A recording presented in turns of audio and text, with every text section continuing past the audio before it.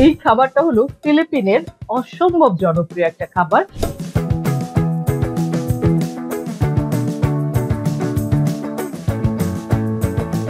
এই তাপার সাথে আমার প্রথম পরিচয় হয়েছিল নেপালে। রান্না করতে বিশ্বাস করেন সর্বোচ্চ সময় লাগবে 6 মিনিট। হ্যালো, আসসালামু আলাইকুম। আমি নাজনীন হাসান চুমকি। চুমকির রান্না দেখার জন্য আপনাদের সবাইকে আমন্ত্রণ জানাচ্ছি। কি এটা টেলিভিশনের মতো হয়ে গেল? দূর ভাই, কিসের কি টেলিভিশন। চলেন রান্না করব আমি, আর আমার রান্না ভালো লাগলে রান্না করবেন আপনি। তাই দেখানোর জন্য রেডি হয়ে গেছি। এখানে আছে 500 গ্রাম একদম সলিড গরুর মাংস। ঈদের পর অনেক মাংস ফ্রিজে কিন্তু বসে আছে। সেটা দিয়ে যদি এরকম মজার একটা রেসিপি বানিয়ে ফেলা যায় তাহলে কিন্তু ভালোই লাগে খেতে, তাই না বলেন? মুখেরও স্বাদ বদলাবে আর বাড়ি যারা খাবে তাদেরও ভালো লাগবে। এটা হলো বিফ টাপা। কি অদ্ভুত নাম, তাই না? কিন্তু এই খাবারটা হলো ফিলিপিনের অসম্ভব জনপ্রিয় একটা খাবার। মোস্ট অফ দ্য টাইম তারা ব্রেকফাস্টে এই খাবারটা খেয়ে থাকে। সাথে থাকে রাইস, কখনো ব্রেড, কখনো স্যান্ডউইচ। যার যেভাবে মন চায় সেভাবে সেই রকম ভাবে তারা খেয়ে ফেলে। আপনার যেটা ভালো লাগবে আপনি সেটাই খাবেন। আমি কি খেতে পছন্দ করি সেটাও শেয়ার করবো। কিন্তু এখন রান্নাটা শুরু করি। সলিড মাংস পাতলা পাতলা স্লাইস করে আমি কেটে নিব। তার জন্য প্রথমেই এটা কিন্তু ধোয়া, ভাববেন না যে এটা না ধুয়ে আমি রান্না শুরু করে দিয়েছি। আগে আমি রেডি করে নিয়ে গেছি। যেটা করব একটু পাতলা করে কাটার জন্য প্রথমেই এইরকম ভাবে পাতলা করে নিলাম। এটা হলো ফার্স্ট ধাপ। এবার সেকেন্ড ধাপ হলো এটাকে এইভাবে, আপনারা চাইলে এরকম চওড়া রাখতে পারেন, চাইলে লম্বা লম্বা চিকন চিকন করতে পারেন, একেবারে আপনাদের মর্জি।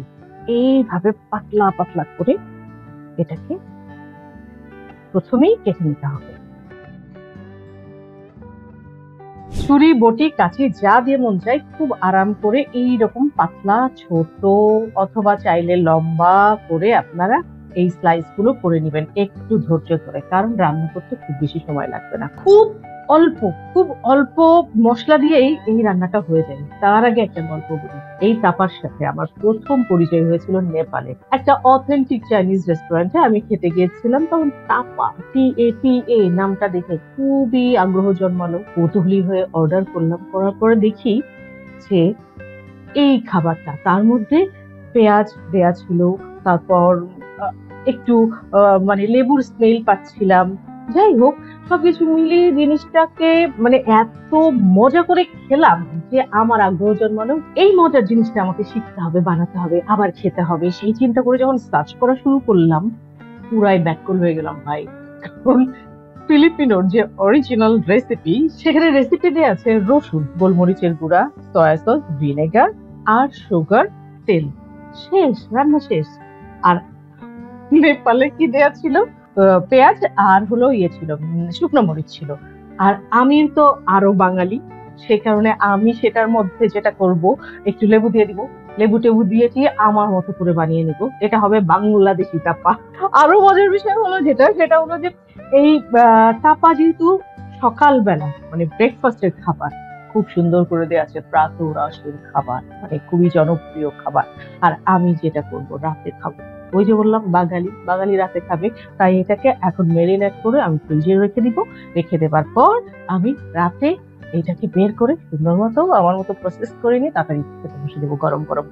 যদি সকালে খেতে চান একদম ফিলিপিনো স্টাইলে, তাহলে অবশ্যই সারা রাতের জন্য এটাকে মেরিনেট করে ফ্রিজে খেয়ে ফেলবেন। সকালবেলা উঠে রান্না করতে বিশ্বাস করেন সর্বোচ্চ সময় লাগবে 6 মিনিট।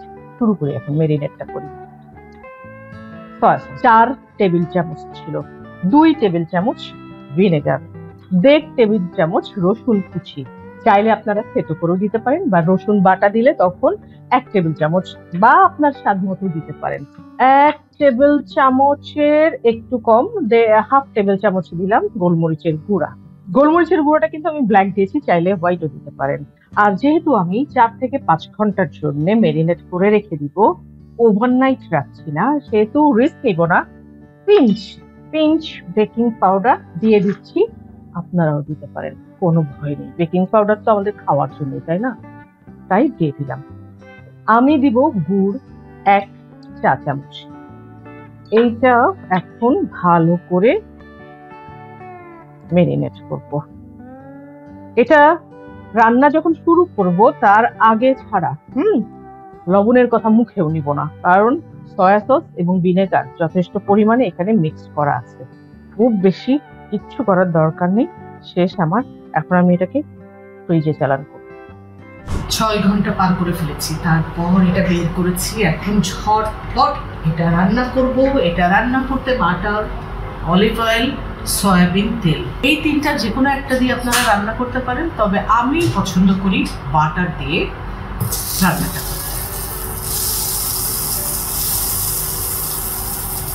4টা শুকনো মরিচ টুকরো করা আছে, সেটা দিয়ে দিলাম। পুরো রান্নাটা হবে হাই ফ্লেমে। আচ্ছা, লাল হয়ে আসছে মরিচগুলো, লাল হয়ে আসছে, সুন্দর এই যে ধোঁয়া ছড়াচ্ছে।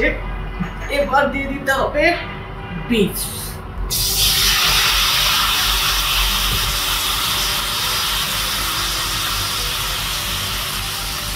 প্রচুর পরিমাণে পানি বের হবে, সুন্দর মতো এটা সিদ্ধ হয়ে যাবে।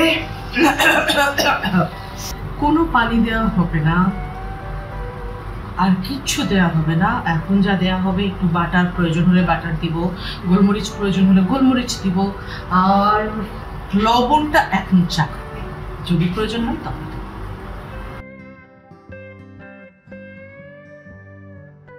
আরো আরো আরো পানি এসেছে, আমার মুখে জল আসছে। যেটা করব, গোলমরিচের গুঁড়া দিব 1 চা চামচ, লবণ দিব, তার আগে উল্টে নিই। সিদ্ধ কতটুকু হলো সেটা একটু চেক করি, তাই না? চিকন চিকন করে কাটা, ঠিক আছে। হাত দিয়ে দেখতে চাই আরো সিদ্ধ হবে। মাই গড। ঢেকে দিই, একটু আস্তে জাল দিয়ে দিই, তাহলে এটা সুন্দর মতো সিদ্ধ হয়ে যাবে।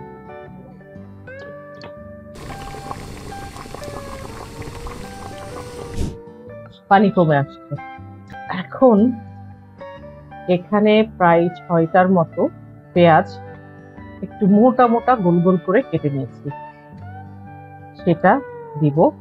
এভাবে সাজানোর কারণ আছে, একটু নরম হলে এটা নিজেই খুলে যাবে, এটা আমি খুলে দিতে চাই না।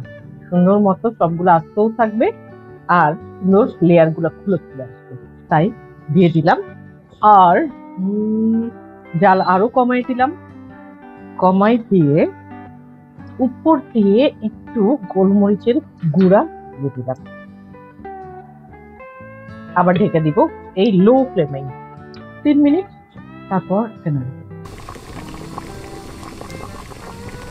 পেঁয়াজগুলো সব ফুলে গেছে। জালটা এই সময়টাতে জোরে দিয়ে দিবেন, যেন পেঁয়াজের পানিটা সুন্দর মতো এই নাড়ার সাথে সাথে শুকিয়ে যায়।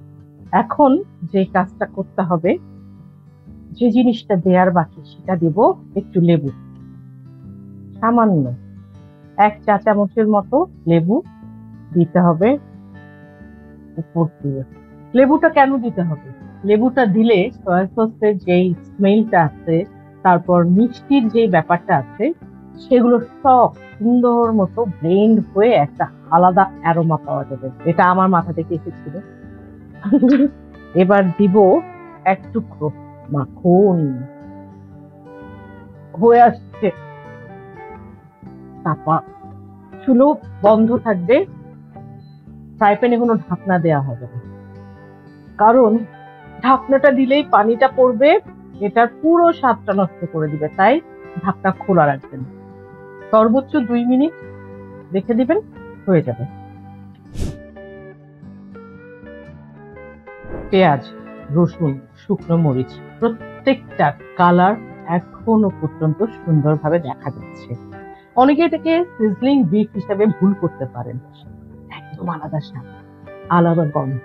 আর এটা কি কি দিয়ে খেতে পারেন? Lemon rice, garlic rice, fried rice, গরম ভাত, পরোটা, এমনকি চাইলে আপনারা এটাকে ফোল্ড করে পরোটা দিয়ে রোল বানাতে পারেন, শর্মা বানাতে পারেন। পরেই একদম একটু চিজ দিবেন, সাথে কি মজার একটা শর্মা হয়ে যাবে। যাই হোক, ঈদের পর এইরকম একটা মাংসের রেসিপি আমার মনে হয় আপনার বাড়ির সবাই পছন্দ করবে, এবং এটা আছে মাত্র 1/2 কেজি। তখন বলবে কেন 1 কেজি হলো না। কেমন লাগলো খেতে জানাবেন অবশ্যই কমেন্ট বক্সে। আর লাইক, শেয়ার, সাবস্ক্রাইব করে সুখের সাথে থাকবেন।